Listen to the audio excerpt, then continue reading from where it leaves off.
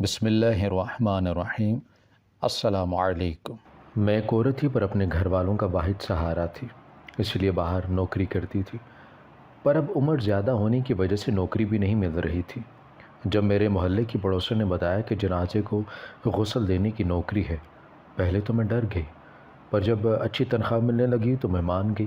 اب میں روز مردوں کو غسل دیتی ہوں۔ جب میری پڑوسن میرے پاس آئی اور ایک پرچی دے کر بولی کہ اب جو مردے کو غسل دو میرا نام زیبا ہے، میرا تعلق کراچی سے ہے، ہم 3 بہن بھائی تھے اور میں سب سے بڑی تھی۔ میں نے اپنے سگے خون کے رشتوں کی ہر خواہش پوری کرنے کے لیے اپنی جوانی قربان کر دی اور رشتوں کو نبھانے کے لگن میں اتنا دور نکل گئی کہ اپنے لیے کچھ بھی نہیں سوچا۔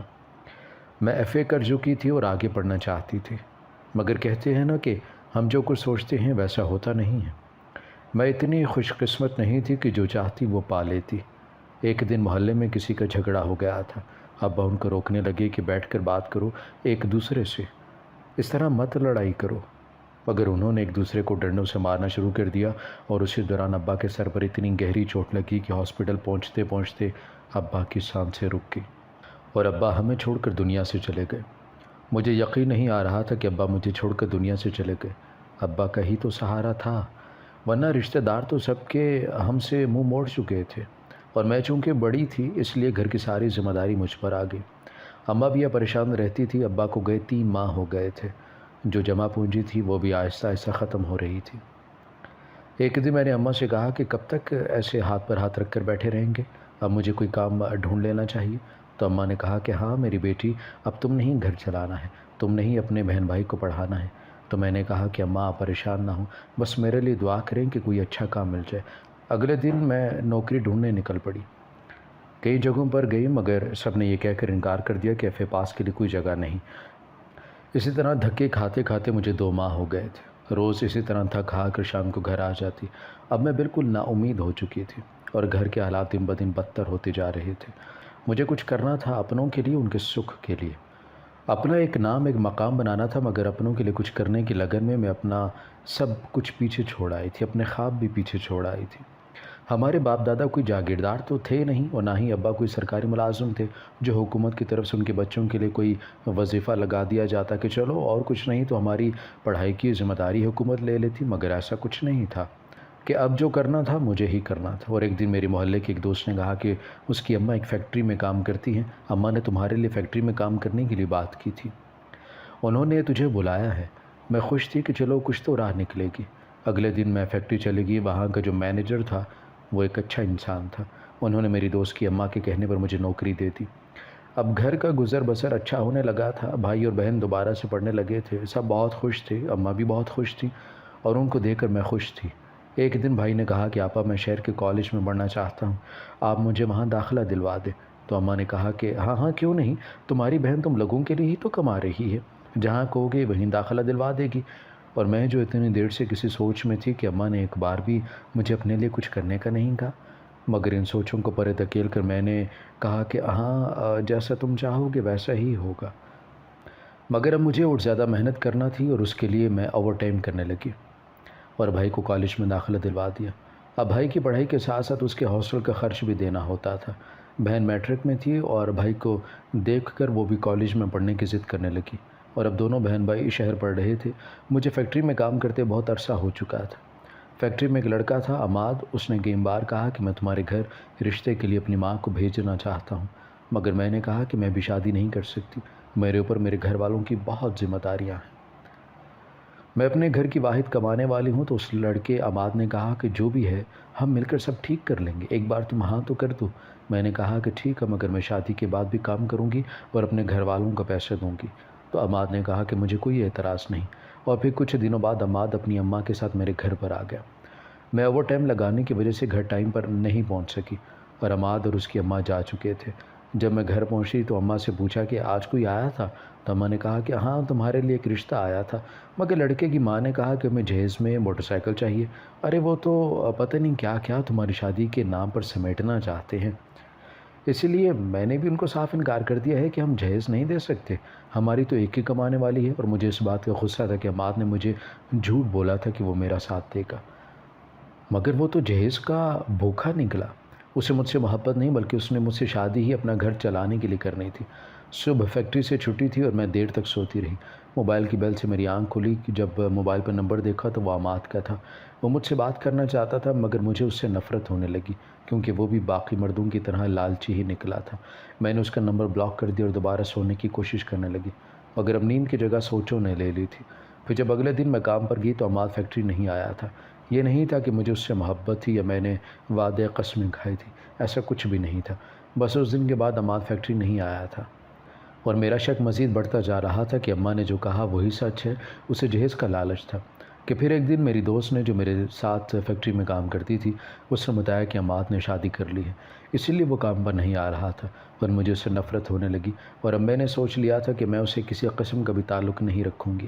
اور پھر وہ فیکٹری آ گیا اور مجھے کہنے لگا کہ میں نہیں جانتا کہ تم مجھے کیوں غلط سمجھ رہی ہو مگر میری مجبوری تھی اس لیے مجھے جلد شادی کرنا پڑی۔ میں نے کہا کہ مجھے تم سے اور تمہاری شادی سے کوئی سروکار نہیں، جا کے اپنا کام کرو۔ تو عماد نے کہا کہ ایک دفعہ میری بات سن لو، پھر چاہے ساری زندگی بات نہ کرنا۔ تو وہ جو کچھ کہہ رہا تھا مجھے وہ سب سن کر اپنے کانوں پر یقین نہیں آ رہا تھا۔ عماد نے کہا کہ جب میں اپنی ماں کو لے کر تمہارے گھر رشتے کے لیے گیا تو تمہاری اماں نے کہا کہ تمہاری جرت کیسے ہوئی میری بیٹی کا رشتہ مانگنے کی؟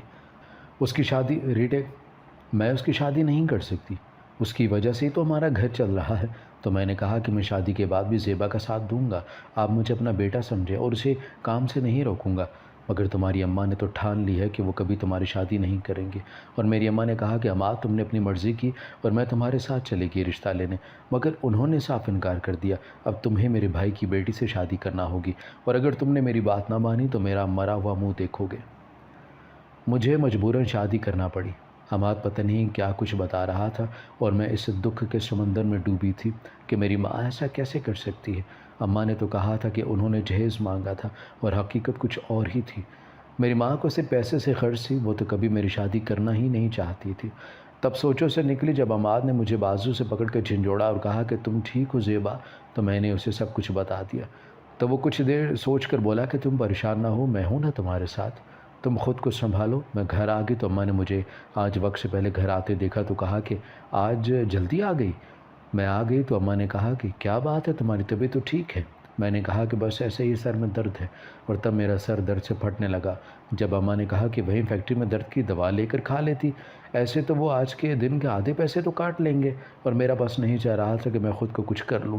یہ تھی میری سگی ماں جس کو صرف پیسے ہی چاہیے تھے، میری تکلیف سے کوئی غرض نہیں تھا، اور اب میں چپ رہنے لگی۔ فیکٹری سے گھر آتی تو سیدھی اپنے کمرے میں آ جاتی مگر میں کسی کو فکر نہیں تھی، سب نے اپنی ضرورتوں کے لیے مجھے یاد رکھا تھا۔ ایک دن میں گھر آئی تو اماں اور میری بہن بہت خوش تھے۔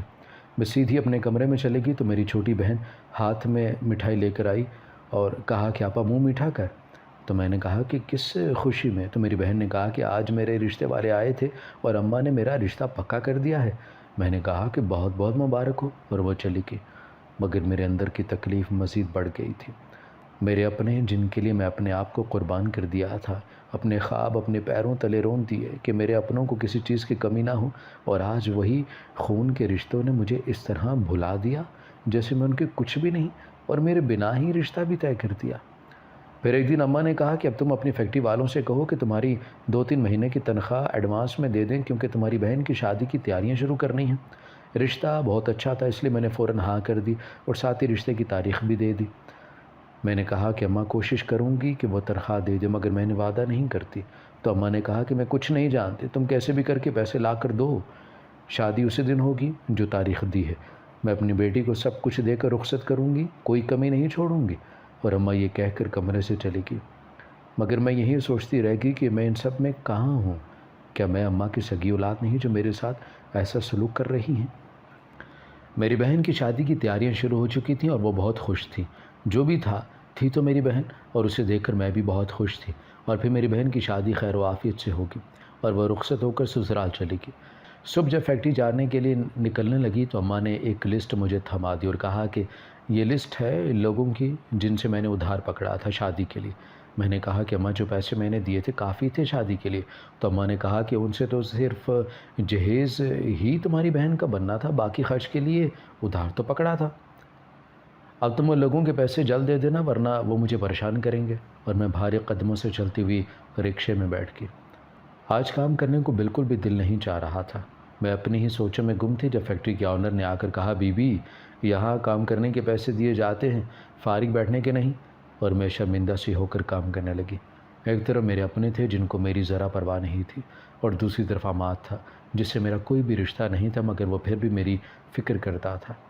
اور منشی چچا ایک اچھے انسان تھے۔ انہوں نے کہا کہ بیٹی کام کے ساتھ ساتھ اپنا بھی خیال رکھنا چاہیے۔ پھر ایک دن عماد نے کہا کہ میں آج بھی تم سے محبت کرتا ہوں، اگر تم مان جاؤ تو ہم شادی کر لیتے ہیں، مگر میں نے انکار کر دیا۔ ایک دن اماں نے کہا کہ تمہارے بھائی نے ہم سے جھوٹ بولا کہ وہ شہر پڑھ رہا ہے، اس نے پڑھائی چھوڑ دی تھی، کب کی، اور کسی لڑکی سے شادی کر کے بیٹھا تھا اور ہمیں بتایا بھی نہیں۔ اور میں جو اماں کی باتیں سن کر بیٹھ کی، میں نے تو کبھی اس کی پڑھائی کی خرچ میں کمی نہیں آنے دی تھی۔ جہاں کہا اس نے وہیں اسے داخلہ دلوا کر دیا۔ اماں نے کہا کہ تمہارا بھائی ہے، جب گھر آ جائے تو اسے کچھ مت کہنا، میں اسے پیار سے سمجھاؤں گی۔ اور میں خاموش ہو گئی تھی۔ جب بھائی گھر آیا تو میں اس کے کمرے میں گئی، اسے مجھے دیکھ کر ذرا خوشی نہیں ہوئی، الٹا کہنے لگا کہ خیریت تھی جو میرے آتے ہی میرے پیچھے آ گئی۔ تو میری آنکھیں آنسوں سے بھر گئی۔ میں نے کہا کہ میں تمہاری بڑی بہن ہوں، اگر تم پریشان تھے تو اپنی بہن سے کہتے، میں خود جاتی تمہارا رشتہ لے کر۔ تو بھائی نے کہا کہ مجھے کچھ بھی کرنے سے پہلے آپ کی یا اماں کی اجازت لینے کی ضرورت نہیں ہے، میں نے جو کیا بالکل صحیح کیا۔ اور اس کے الفاظ میرا دل چھلنی کر رہے تھے۔ میں ضبط کرتے ہوئے بھائی سے کہا کہ تمہاری بیوی کہاں ہے؟ تو اس نے کہا کہ اس کی ایک شرط ہے، وہ پوری کر دوں تو وہ آ جائے گی۔ میں نے کہا کہ کیسی شرط؟ تو بھائی نے کہا کہ میری بیوی چاہتی ہے کہ یہ گھر اس کے نام کر دوں۔ تو میں نے کہا کہ تم نے کیا سوچا؟ تو بھائی نے کہا کہ اماں سے کہا ہے کہ گھر کے کاغذات مجھے دے دیں تاکہ میں اپنی بیوی کو گھر لے آؤں۔ اور میں حیران تھی کہ یہ وہی بھائی ہے جس کے لیے میں نے اپنی جوانی بھی قربان کر دی، اور آج وہ مجھے حکم دے رہا ہے کہ گھر کے کاغذات لا کر دوں۔ میں نے کہا کہ اماں سے پوچھ لو، اگر دیتی ہیں تو لے جاؤ کاغذات۔ تو بھائی نے کہا کہ میں جانتا ہوں تم تو چاہتی ہی نہیں ہو کہ میرا گھر بسے، خود اپنا گھر بسا نہیں سکی، شادی نہیں کر سکی۔ اور میں حیران ہو کر اس کی باتیں سن رہی تھی۔ اور پھر اماں ایک دن صبح روتی ہوئی کمرے میں آئی اور کہا کہ تمہارا بھائی گھر کے کاغذات لے کر چلا گیا ہے۔ میں اماں کو تسلی دینے لگی کہ اب کیا کر سکتے ہیں۔ اور اگلے دن مجھ پر ایک اور مصیبت آن پڑی۔ جب فیکٹری پہنچی تو فیکٹری کے آنر نے کہا کہ آپ اب گھر جا سکتی ہے، ہمیں آپ جیسے لوگوں کی ضرورت نہیں ہے جو کام کرتے نہیں اور بہانے سے چھٹی لے کر آوارہ گردی کرتے ہیں۔ اب فیکٹری کی نوکری بھی چلے گی۔ اور گھر آئی تو بھائی اپنی بیوی کو لے کر آ چکا تھا۔ اس سے پہلے کہ میں کچھ کہتی اماں نے کہا کہ اب خرچہ بڑھ گیا ہے، تم پھوپھی بننے والی ہو۔ میں خوش تھی اور ساتھ ہی پریشان بھی۔ میں نے کہا کہ اماں میری نوکری چلی گئی ہے۔ اور یہ بات سنتے ہی اماں نے کہا کہ ایسے کیسے چلی گئی ہے نوکری؟ تو بھائی نے کہا کہ یہ سب بہانے ہیں، کہیں بھائی کے ہونے والے بچے پر خرچہ نہ کرنا پڑے، اسی لیے ڈرامہ کر رہی ہے۔ میں نے کہا کہ ایسی کوئی بات نہیں ہے، آج سے کبھی اپنے فرض سے غافل ہوئی ہوں جو اب ہوں گی۔ تو بھائی نے کہا کہ 4 پیسے کیا لگا دیے ہم پر، آج جتانے لگی ہو۔ اور میں روتی ہوئی کمرے میں آ گئی۔ کیا کچھ نہیں کیا تھا ان سگے رشتوں کے لیے، اور آج میری زندگی بھر کی کمائی کا یہ صلہ دے رہے ہیں مجھے۔ صبح مجھ سے اٹھا نہیں جا رہا تھا۔ جب میری بھابھی نے آ کر کہا کہ مہارانی بہت کر لیا آرام، آپ کوئی کام ڈھونڈو۔ میں نے کہا کہ میری طبیعت ٹھیک نہیں ہے، جیسے ہی ٹھیک ہوں گی تو کام ڈھونڈ لوں گی۔ پھر جب کچھ دنوں بعد میری طبیعت ٹھیک ہوئی تو میں کام کی تلاش میں نکل پڑی۔ میں ایک عورت تھی پر اپنے گھر والوں کا واحد سہارا تھی، اسی لیے باہر نوکری کرتی تھی، پر اب عمر زیادہ ہونے کی وجہ سے نوکری بھی نہیں مل رہی تھی۔ جب میرے محلے کی پڑوسن نے بتایا کہ جنازے کو غسل دینے کی نوکری ہے، پہلے تو میں ڈر گئی، پر جب اچھی تنخواہ ملنے لگی تو میں مان گئی۔ اب میں روز مردوں کو غسل دیتی۔ جب میری پڑوسن میرے پاس آئی اور ایک پرچی دے کر بولی کہ اب جو مردے کو غسل دو تو اس کا انگوٹھا اس پر لگا لینا، بہت اچھا معاوضہ ملے گا۔ اور میں لالچ میں آ گئی، جیسے مردے کے منہ سے کپڑا ہٹایا اس وقت میرے پیروں تلے سے زمین نکل گئی، کیونکہ وہ تو میرا شوہر تھا۔ میں اسی وقت کھڑی ہو گئی اور اپنی پڑوسن سے کہا کہ یہ کاغذ تمہیں کس نے دیے ہیں؟ تو اس نے کہا کہ اس کی بیٹی نے دیے تھے۔ تو میں نے کہا کہ مجھے یہاں کیوں لے کر آئی ہو؟ تمہاری عقل کام نہیں کرتی کہ یہ مرد تھا، اس کو غسل دینا ہے تو کسی مرد کو لے کر آؤ؟ اور اس کے انگوٹھے لگا کر کاغذ لے کر گئی اس کی بیٹی کے پاس، اور اسے جب دیکھا تو ایسے لگا کہ میں خود کو آئینے میں دیکھ رہی ہوں۔ میں نے کچھ ہچکچاہٹ میں اسے کہا کہ بیٹی آپ عماد وسیم کی بیٹی ہو؟ اس نے بہت حیرت سے مجھے دیکھا اور کہا کہ آپ میرے بابا کو کیسے جانتی ہیں؟ تو میں نے کہا کہ میں تو یہ بھی جانتی ہوں کہ یہ جو عورت دور بیٹھی اخبار پڑھ رہی ہے یہ تمہاری ماں نہیں ہے، وہ جو تمہاری ماں ہے اسے بھی جانتی ہوں۔ تو وہ لڑکی مجھے بازو سے پکڑ کر اپنے ساتھ کمرے میں لے گئی اور کہنے لگی کہ سچ بتاؤ کہ تم کون ہو اور میرے بارے میں یہ سب کیسے جانتی ہو؟ تو میں نے کہا کہ میں تمہاری ماں ہوں جس نے تمہیں جنم دیا۔ تو وہ کہنے لگی کہ آپ جھوٹ بول رہی ہیں، میں نہیں مانتی، کیسے آپ کی بات کا یقین کر لوں؟ تو میں نے کہا کہ اگر سچ جاننا چاہتی ہو تو سنو۔ میں جب فیکٹری میں کام کرتی تھی تو وہاں جو لڑکا تھا جو مجھے بہت پسند کرتا تھا وہ میرا رشتہ لے کر بھی آیا تھا، لیکن میری ماں نے انکار کر دیا کیونکہ ان کو پیسے کمانے والی مشین چاہیے تھی اور میں اپنے لیے کچھ نہیں کر پا رہی تھی۔ جن اپنوں کے لیے سب کچھ کیا تھا وہ مجھے اپنی ضرورتوں کے لیے رکھنا چاہتے تھے۔ تمہارے بابا نے دوسری شادی کر لی تھی اس عورت سے جو باہر بیٹھی ہے، اور ایک دن تمہارے بابا نے مجھے کہا کہ میری بیوی ماں نہیں بن سکتی، تم مجھ سے شادی کر لو، تم جانتی ہو کہ میں شروع ہی سے تمہیں پسند کرتا تھا۔ اور میں نے اسے کہا کہ میں شادی کے لیے تیار ہوں مگر اس بات کا میرے گھر والوں کو علم نہ ہو، ورنہ وہ ہماری شادی نہیں ہونے دیں گے۔ اور پھر ہم نے نکاح کر لیا اور میں نے اپنے گھر والوں سے کہا کہ مجھے کام کے سلسلے میں شہر جانا ہے، تو انہوں نے کہا کہ کوئی بات نہیں، بس پیسے ٹائم سے بھیجتی رہنا۔ تو اس وقت میں نے سوچ لیا تھا کہ واپس گھر نہیں جاؤں گی، جو زندگی بچی ہے وہ تمہارے بابا کے ساتھ گزار دوں گی۔ اور پھر 1 سال بعد تم پیدا ہوئی اور ہم دونوں کی خوشی کی کوئی انتہا نہیں رہی۔ میں جو ہنسنا بھی بھول گئی تھی تمہیں دیکھ دیکھ کر جینے لگی، ہنسنے لگی تھی۔ ہم بہت خوش تھے۔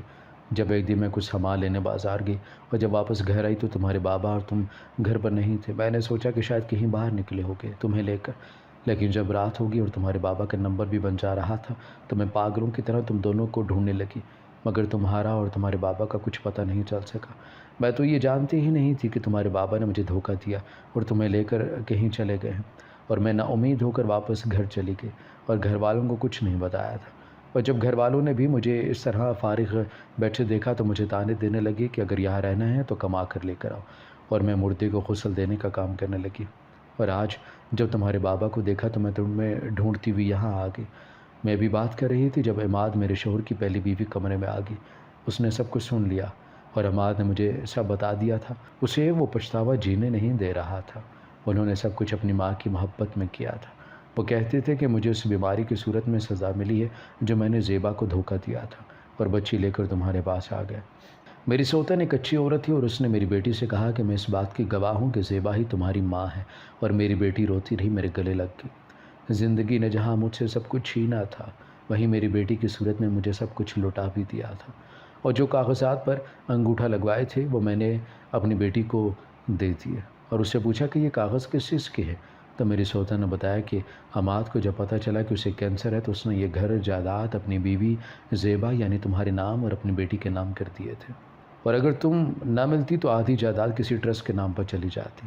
حماد جب زندہ تھے ان سے کہا، وہ مانے نہیں کہتے کہ ایک دن زیبا ضرور آئے گی، اس لیے یہ سب کیا تھا، اور اسی وجہ سے کچھ لوگ دعوے دار بن کر ہمیں تنگ کرنے لگے، اور اب میں، میری بیٹی اور میری سوتن ہم مل کر حماد کے گھر رہنے لگے۔